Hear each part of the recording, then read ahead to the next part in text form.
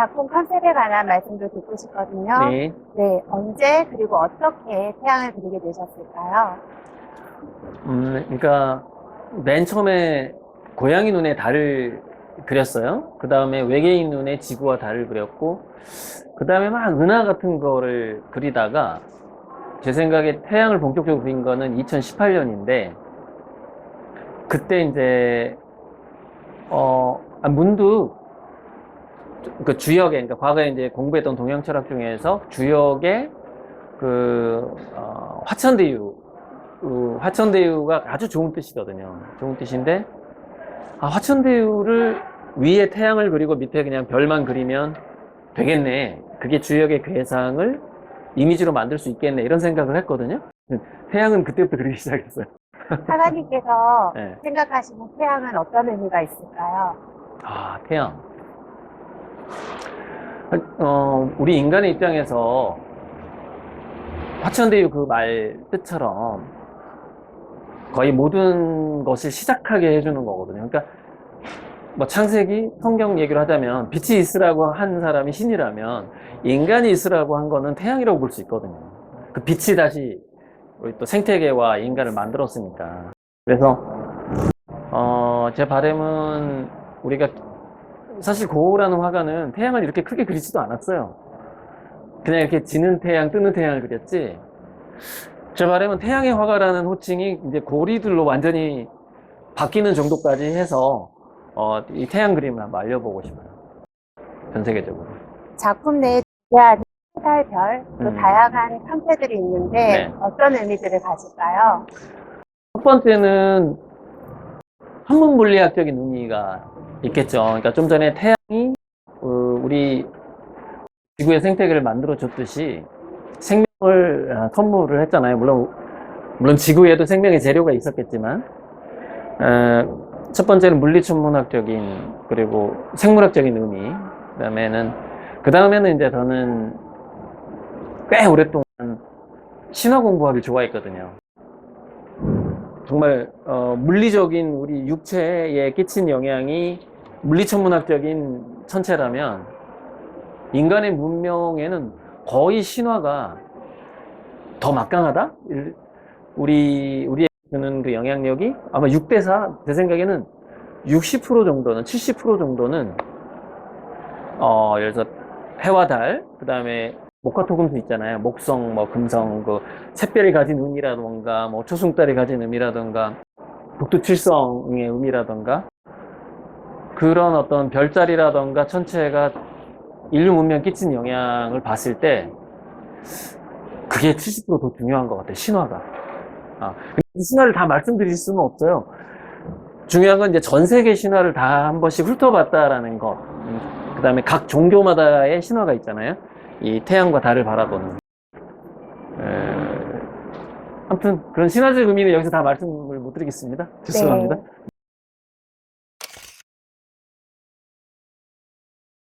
네, 잘 들었습니다. 평행우주, 또 다중우주, 이런 과학 이론이 최근에 드라마, 영화도 다양한 콘텐츠를 통해서 자주 인용되고 있거든요. 근데 이걸 한 폭의 그림에 다 표현된다는 게 사실은 상상하기가 어려운데요. 작가님께서 이렇게 작품을 하실 때 이런 컨셉의 탄생 배경이나 그 과정이 궁금합니다. 네.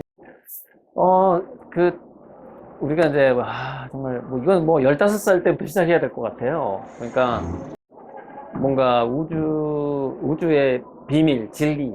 제 예명도 코어리들이잖아요. 그 핵심적인 수수께끼라는 뜻인데, 진리나 원리를 향한 그 갈망이 이제 우리가 청소년기에 품게 됐잖아요. 쭉 그래서 책을 읽고 공부하고, 각종 종교의 목사님 말도 들어보고, 절에도 가보고 이렇게 하는데, 예전에는 어떤 우리가 종교라는 말에서 볼 수 있듯이 마루종자 가르칠 교자잖아요. 그러니까 최고의 가르침이라는 뜻이란 말이죠, 종교가. 근데 그 종교가 이제 점점 물리학으로 넘어오는 과정이 그동안 있었어요. 문명사에서. 그래서 이제 물리학자들이 더 앞서가기 시작했죠. 그때가 아마 아인슈타인 때 같아요. 그때부터, 아인슈타인이 우리한테 준 거는 과학자가 연예인만큼 영화배우만큼 인기가 있는 그런 시대로 넘어갔거든요. 그만큼 사람들이 세상을 바라보는 기준에서 물리학이라든가 천문학이 상당히 중심으로 다가오는 그런 때였죠, 그때가. 그러니까 저도 이제 그런 어떤 과정을 알고 있었고, 그래서 정말 처음에 청소년기에 품었던 뭐 우주의 진리나 원리를 알고 싶다라는 것이 공자 물리학을 만나게 된 건 1990년쯤이에요. 그리고 이제 눈동자의 우주가 탄생한 건 2006년. 그러니까 26년 걸렸나요? 아니지. 16년. 네. 예. 그게 참, 눈동자의 우주가 그 물리학에서 양자역학 중에서도 이중순리과 관련된 관찰자 효과를 가장 잘 표현한 그림이라는 걸 왜 그동안 몰랐을까, 16년 동안. 그게 16년이 지나서야 딱 이제 고양이, 어떤 동네에 외로운 고양이 눈을 자꾸 관찰하다가 또 고양이도 관계가 되는데, 그 슈레딩거. 눈동자의 선체를 그리는 것이 관찰자 효과를 나타내는, 그리고 평행우주를 표현할 수 있는 다양한 눈동자를 그리면 되니까 가장 좋은 것이구나라고 순간 판단이 들었거든요. 2006년 어느 날. 그때 정말 하늘에서 전기가 내 정수리로 딱 내려와가지고 등줄기를 타고 쫙 지나갔어요. 그때 마치 뭐랄까, 마치 평행우주가 펼쳐진 것처럼 제 그림이 엄청나게 성공할 거라는 걸 그때 이미 느꼈어요. 눈동자의 천체를 그리면 이 그림 엄청나게 성공하겠구나. 그 짧은 순간에 다 느꼈던 것 같아요. 그때 그렇게 아무튼 과정이 그랬어요. 이 그림의 탄생 과정이. 네. 컨셉 탄생 배경이 너무 인상 깊습니다. 네. 네, 과학 이론 말고도 작품 곳곳에 별자리, 신화, 시 이런 게 다양하게 숨어 있는데 네. 몇 가지 더 소개 부탁드립니다. 그러니까요. 이제 과거에 사실 책을 제가 많이 보게 된 건 재료비가 없어서 그랬거든요. 그러니까 그림은 정말 재료비가 많이 드는 일이라서, 그러면 이제 그림을 잘 그릴 준비를 해야 되는데, 그러다 보니까 좀 독서를 많이 하게 됐단 말이죠. 근데 지금 와서 그림을 그리면서 생각해 보면 과거에 읽었던 뭐 철학서든 에세이든 시집이든 간에 이렇게 연결되는 것들이 있어요. 윤동주의 시라던가, 뭐 전역의 그 시라던가, 그 다음에 뭐 칸트가 했던 이야기라던가, 그 다음에 뭐 스피노자가 뭐 했던 이야기라던가, 그래서 이러는 것 같아요. 그림을 그리다 보면 과거에 읽었던 책 중에서 그 인상 깊은 문구 같은 것들이 자극을 줘요. 그러니까 과거에 그 독서를 했던 그 문장들이 꼭 뭐 이렇게, 물론 다큐멘터리 같은 것도, 우주 다큐멘터리도 큰 영향을 주지만 과거에 읽었던 어떤 문장, 어떤 사람의 문장이 저절로 연결이 될 때가 있어요. 그래서 그걸 보통 제목으로 차용을 하는데, 그렇게 해서 새로운 시리즈가 나오기도 하고 그래요. 이 정도만 대답할게요. 네. 네. 작품 진행 방식도 궁금한데요. 네. 작업하실 때 특별히 사용하시는 기법이나 작품마다의 특징 있으실까요? 형태나 구조라든지. 이제 저는 이제 현재는 캔버스에 아크릴로 하고 있어요. 좀 속도감 때문인 것 같은데, 유화는 속도감이 좀 느리거든요. 근데 제가 성격이 급해서인가? 그래서 좀 빨리 마르는 게 좋긴 한데, 아크릴이 빨리 마르다 보니까 주의할 점이 있어요. 자, 이 태양을 그리잖아요. 그러면은 물감 부을 거 아닙니까? 붓고서 이런 꽃잎 모양을 만드는데 아크릴을 굳어버려요. 그래서 5분 내에 이걸 완성해야 돼요. 5분이 지나면 찌꺼기가 생기기 시작해요. 아크릴이.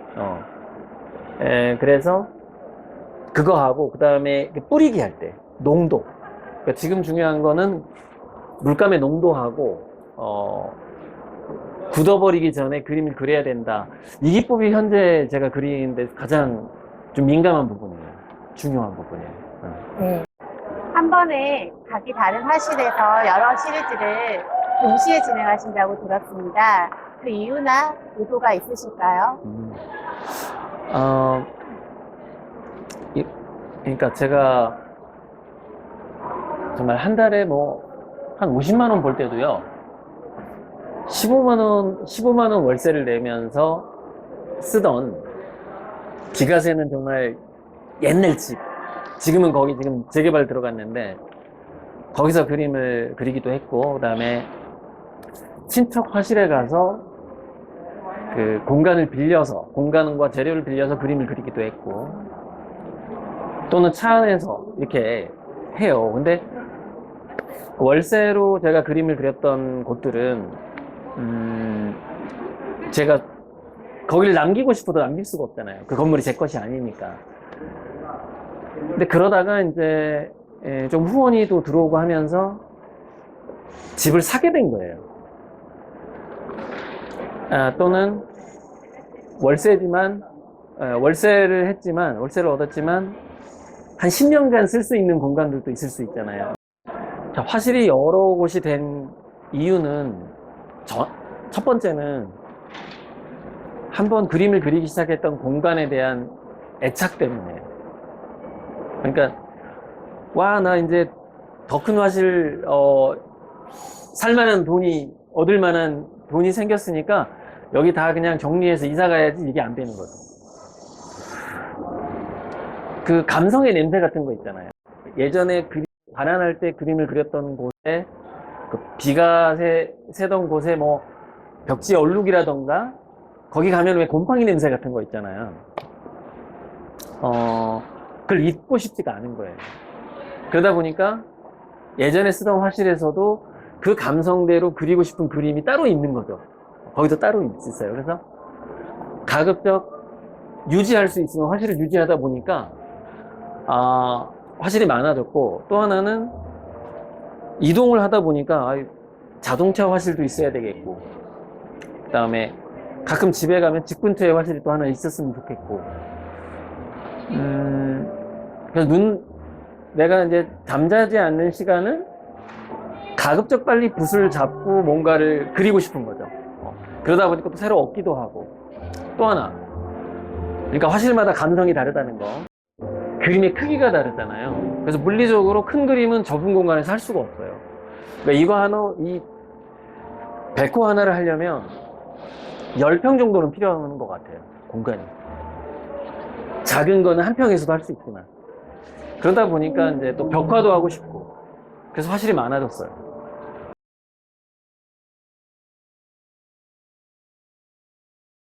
작업하실 때 겪는 고충이나 과정 중에 가장 고심하는 부분이 있으실까요?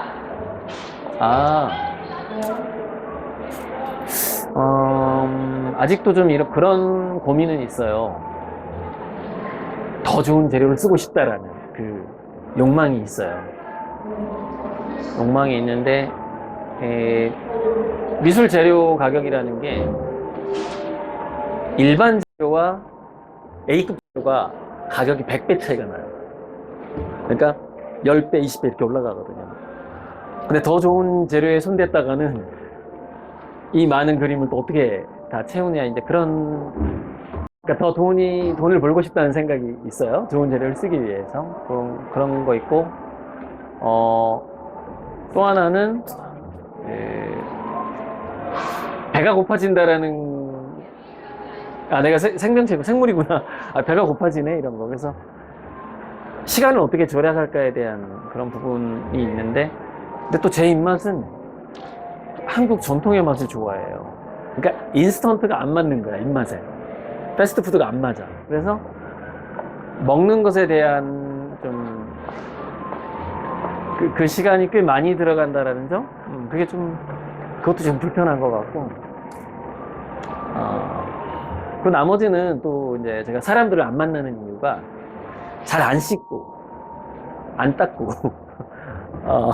그런 부분. 그래서 손님이 오게 되면은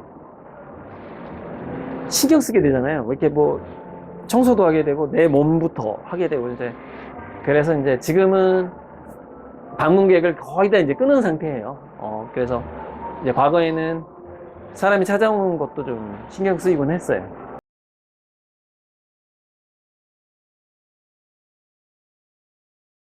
시리즈별 작품을 완성하는 데 걸리는 시간은 어느 정도 소요가 될까요?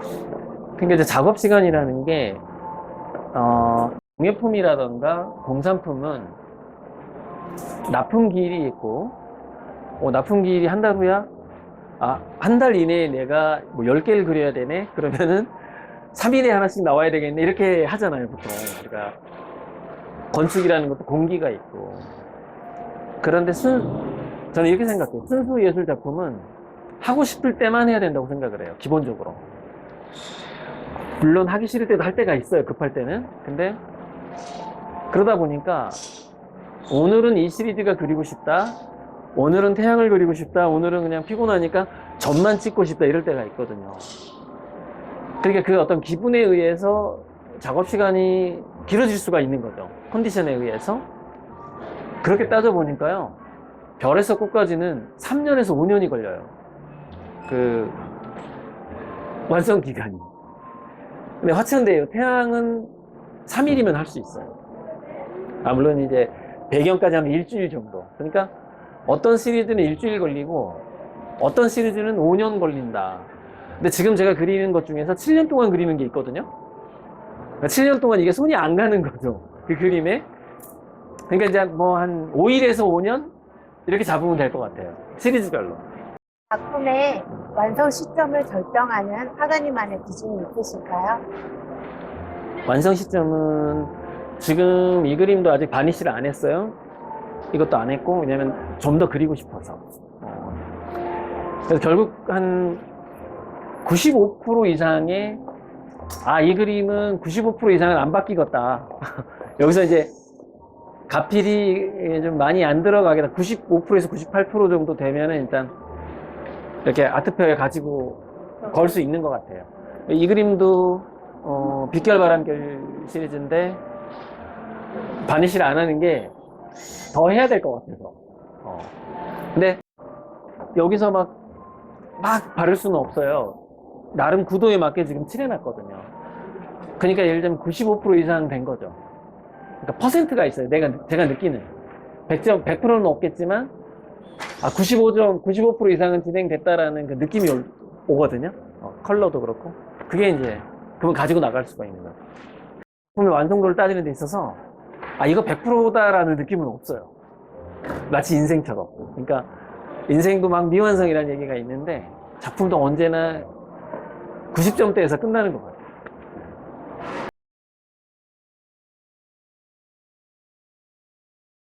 예전 인터뷰에서 다음과 같은 이야기를 들은 적이 있습니다. 만약 신이 존재한다면, 그리고 신이 지구상에 내려와 인간의 삶을 살 수 있게 된다면 고리들 화가님의 모습으로 살고 싶도록 여한 없이 화가로서의 능력을 마음껏 펼치고 싶다는 말씀을 하셨거든요. 실제로 우주, 초신성 폭발, 블랙홀, 신의 눈동자, 태양, 해달, 별, 바람, 구름, 마치 신이 천지를 창조하듯이 과거부터 현재에 이르기까지 어떤 스토리가 전개되고 있다는 생각이 듭니다. 혹시 이런 모든 걸 의도하신 건지 궁금합니다. 우선적인 대답은 의도하지 않았어요. 의도하지 않았고, 이제 그 관찰자와 우주라는 것을 처음에 고양이와 달로부터 시작해서 자연스럽게 가고 있는 건데요. 앞서서 이제 과연 신이 화가로 태어난다면 고리들로 태어나고 싶다. 근데 그 느낌은 마치 이런 것 같아요. 그러니까 우리가 수행자가 됐든 왜 자기가 가장 자기답게 잘 살고 있다는 느낌 있잖아요. 그 느낌을 얘기한 거예요. 그 느낌. 그러니까 누구나 다 모든 존재는 어쩌면 모든 존재로 가니까 너무 넓고, 모든 인간은 결국 그 느낌을 느끼고 죽거나 못 느끼고 죽거나 할 것 같아요. 그러니까 뭐 어떤 요리사가 신이 만약에 요리사로 태어난다면 이런 요리를 하고 싶을 거야 라는 느낌을 도달을 했을 때, 그게 이제 뭐랄까 자기 삶이 약간 완성도가 느껴지는 거죠. 마치 그림이 95점 이상이 되는 것처럼 자기 삶도 점수가 올라가는 건데, 그 이야기는 좀 점수를 많이 올리고 싶다. 그러니까 신이 화가로 태어난다면 고리도 태어나고, 그 이야기는 저의 바람이죠. 그러니까 그 완성도에 대한 욕심이에요. 삶의 완성도에 대한 욕심. 화가로서의 그걸 표현한 거예요.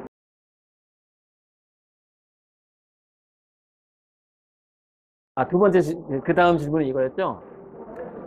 그림 시리즈의 순서를 의도한 게 있느냐. 근데 그 의도를 하지 않았지만, 그게 왜 의도된 것처럼 느껴지냐면, 처음에 어떤 과학 원리로 시작했잖아요. 과학 원리로 시작했고, 고양이에서도 시작했잖아요. 그러다 외계인으로 넘어가기도 하고, 이렇게 해서 넘어왔는데, 점점 더 뭐랄까, 공부하는 또는 관찰하는 입장에서 성찰하는 입장으로 바뀌어가는 거죠.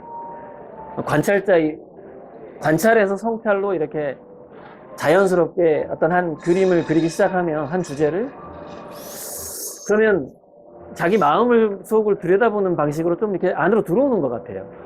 그게 이제 성숙해가는 과정인 것 같고, 그 어떤 성숙해가는 자연스러운 과정이 마치 의도된 것처럼 느껴지는 게 아닌가, 그렇게 생각이 들어요. 네. 23년 말 최근에 또 다른 새로운 시리즈를 선보이신 걸로 알고 있습니다. 소개 좀 해주십시오. 네네, 그래서 준비했습니다. 아, 그러니까 그 이후에 나온 게, 먼저 지금 이 그림은 이제 뭐 일단 핵심 제목은 빛결 바람결이에요. 그러니까 광풍이죠, 광풍 또는 풍광, 바람과 빛. 빛은 저 태양에서 빛이 내려오잖아요. 물리적인 거잖아요. 바람이 뭐냐면 신화적인 거예요. 왜냐면은 우리가 가장 많이 알고 있는 것, 흙으로 사람을 만들어 호흡을 불어넣었다, 뭐 바람이라고 하던가 아무튼 훅 불잖아요. 그건 신화적인 느낌인 거죠. 빛이 쏘이는 건 물리적인 천문 물리인 거고. 그래서 빛결 바람결은 그것이 이렇게 적절하게 딱 결합된 시리즈인데, 이거는 좀 그리기 시작한 거는 한 2년 이상 됐어요. 근데 선보일 수가 없었죠. 더 잘해서 보여줘야 되니까. 그래서 이제 뭐 이제 시작했다고 봐도 돼요. 빛결 바람결 시리즈는 한 2년 전에 했지만, 그 최근에 시작한 건 삼양 시리즈하고 클라우드 9 시리즈거든요. 이건데 삼양 시리즈도 그 중형책을 쓰려고 금강경을 공부하다 보니까 거기서 아침 태양, 점심 태양, 저녁 태양을 상징하는 존재가 따로 있더라고요. 그래서 삼양을 했는데, 또 삼양만 하니까 허전해요. 그 다음에 새벽별, 달, 여기다 행성을 그리려고 자리만 잡아놨어요. 그래서 그러니까 이거는 화양연화의 새로운 진화인 것 같아요. 그러니까 삼양에서 이제 클라우드 9으로 또 진화를 하게 돼요. 제가 최근에 어떤 사람이 구름 위에서 신선이 이렇게 자기 그림 그리는 걸 쳐다보더라, 그 체험한 사람 얘기를 듣고 구름에 꽂힌 거예요. 그래서 나도 구름을 그려야지. 근데 우연히 맨 처음 그림이 제가 9개를 그린 거예요. 그랬더니 어떤 아미고가 클라우드 9이라는 뜻을 알고 그렸느냐? 그런가? 맞아, 클라우드 9. 저도 생각이 나죠. 옛날에 영어 공부할 때. 그게 너무 기쁨의 뜻이거든요. 가장 행복하고 기쁜 순간. 그래서 오케이, 결정했어. 클라우드 9 시리즈를 하자 해가지고 이제 구름 9개 그리는 시리즈가 또 계속 10개나 그렸어요. 10개나 그렸는데 여기는 7개만 가져왔어요. 그러다가 이거는 뭐냐면 그러니까 클라우드 9 시리즈가 두 가지인데, 삼양 클라우드 9이 있고, 이거는 화양연화 클라우드 9이에요. 그러니까 기존의 화양연화에서 구름이 9개가 추가가 된 거죠. 그러니까 이것도 새로운 시리즈로 봐야 될 것 같아요. 그러니까 화양연화하고 구름이 결합된 거고, 이거는 삼양하고 구름이 결합된 거고. 그러니까 지금까지 소개 안 했던 세 가지 시리즈가 탄생을 한 거라고 볼 수 있을 것 같아요. 세 가지나요? 네, 세 가지가. 네.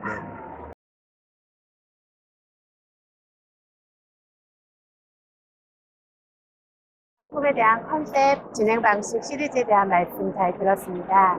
그렇다면 마지막으로 네. 작품을 감상하는 사람 개개인마다 차이는 있겠지만 많은 사람들에게 화가님 작품을 제대로 감상하는 그럴 수 있는 마법의 레시피가 있다면 어떤 게 있을까요? 아, 사실은 어떤 감상법을 전달하지 않고, 그 팁을 주지 않고, 그동안 저절로 빠져드는 사람이 많았어요. 심지어 그 사람들은 양자물리학도 몰랐고, 평행우주도 몰랐어요. 그런데, 아, 눈동자와 태양이 있네. 이건, 그러면서, 태양의 기운이 너무 좋은데, 뭐 이러면서 이렇게 빠져드는 분들이 많았는데, 그렇더라도,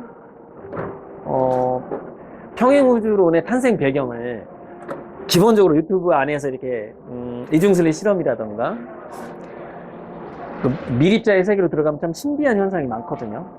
근데 그 신비한 현상을, 예를 들어서 뭐, 입자가 파동으로 존재하다가, 왜 관찰자가 있을 때만 입자가 되지? 너무너무 신비한 현상이거든요. 그 신비한 현상을 알고서 그림을 보면, 뭐랄까? 제가 그걸 표현하기 위해서 고민했다라는 거를 같이 느낄 수가 있겠죠. 그 신비한 현상을 저 화가가 표현하고 싶어 했구나, 그림으로. 뭐 그런 생각도 들고요. 또 하나는 이제 뭐, 제가 천문학에서 별자리 지식이라던가, 좀 신화, 각 행성에 관한 또 별자리에 대한 신화, 그 배경 지식이 있다면,